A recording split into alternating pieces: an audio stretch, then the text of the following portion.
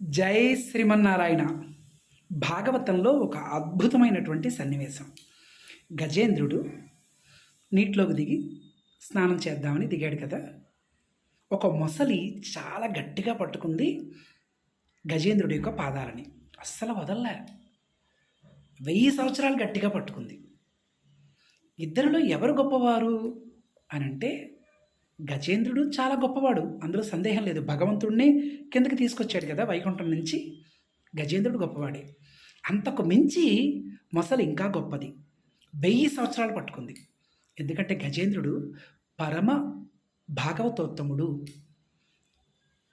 కనుక మనం కూడా భగవంతుణ్ణి ప్రేమించినటువంటి భక్తుల్ని, భగవంతుడి యొక్క వైభవాన్ని అందరికీ చెప్పినటువంటి ఆచార్యుల యొక్క పాదాలని మనం గట్టిగా పట్టుకుంటే మనం తరిస్తాం. భగవంతుడి యొక్క అనుగ్రహం మనకి లభిస్తుంది.